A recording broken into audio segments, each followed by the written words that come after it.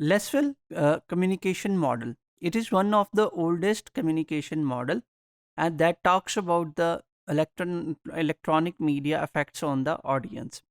ये जो मॉडल है ये 1948 में एक renowned communication theorist Harold D Lasswell ने दिया। इस मॉडल को एक्शन मॉडल भी कहा जाता है और लीनियर मॉडल भी कहा जाता है। जैसे कि उस वक्त में इन 1950s में हमें पता चलता है कि in the second world war both allies used media to propagate their agenda. और ये मॉडल इसलिए डेवलप किया गया कि जो है स्टडी किया जा सके मीडिया प्रोपेगेंडा को at that time. What is the Lasswell communication model? Lasswell communication model can summarize in this way: who says what, in which channel, to whom, with what effect. कि किसने क्या कहा और किस मीडियम के through कहा और उसका रिसीवर कौन है और उसका इफेक्ट क्या आया। जब हम हु की बात करते हैं तो इलेक्ट्रॉनिक मीडिया के कॉन्टेक्स्ट में who is the electronic media honours companies, जो उस कंपनी की फ़िलॉसफ़ी है और उस फ़िलॉसफ़ी के तहत कौन सी न्यूज़, कौन सा मीडिया कंटेंट ऑन एयर किया जाता है, ये बड़ा ज़रूरी है इसका एनालिसिस करना, और इसको कंट्रोल एनालिसिस कहा जाता है। Says what, the content of the message.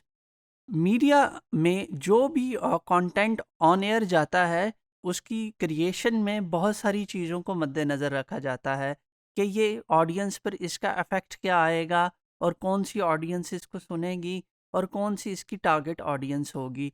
इसलिए इसका कंटेंट एनालिसिस किया जाता है कि फॉर एग्जांपल अगर एक कंटेंट यूथ के लिए बनाया गया है तो उसकी लैंग्वेज क्या हो, अगर एक कंटेंट एल्डरली पीपल के लिए बनाया गया है तो उसकी लैंग्वेज क्या होगी, और इसी तरह अगर कोई वुमेन स्पेसिफिक कंटेंट है तो उसकी लैंग्वेज क्या होनी चाहिए, और इसको कंटेंट एनालिसिस बोलते हैं।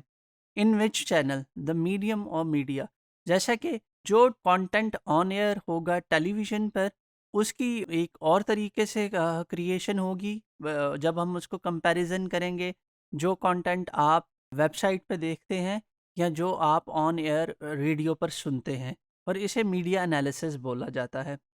To whom, the receiver of the message on on an audience. जब भी कंटेंट की बात होती है तो वो ऑडियंस स्पेसिफिक होता है। बहुत कम होता है कि मीडिया कंटेंट वो एक जनरल ऑडियंस के लिए बने और उसको एक जनरल ऑडियंस के लिए ऑन ईयर किया जाए। तो कंटेंट बनाते वक्त हमें ऑडियंस का एनालिसिस भी करना ज़रूरी होता है। With what effect, Lasswell communication model ये कहता है कि जब भी आप कोई भी कंटेंट जो है ऑन एयर करेंगे तो उसका कुछ ना कुछ इफेक्ट ज़रूर आएगा, और उसको स्टडी करने के लिए हम इफेक्ट एनालिसिस करते हैं।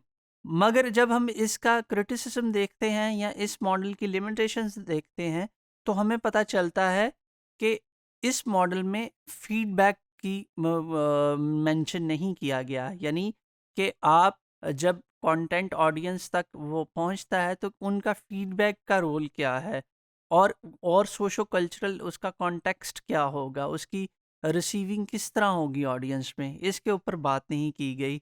और ये एक लीनियर मॉडल है, बहुत सिंपल मॉडल है, और आज के इलेक्ट्रॉनिक मीडिया इन्वायरमेंट में और वर्चुअल कम्युनिटी के इन्वायरमेंट में ये चीज़ें इतनी सिंपल नहीं हैं, या चीज़ें इस तरह लीनियरली फ्लो नहीं करती।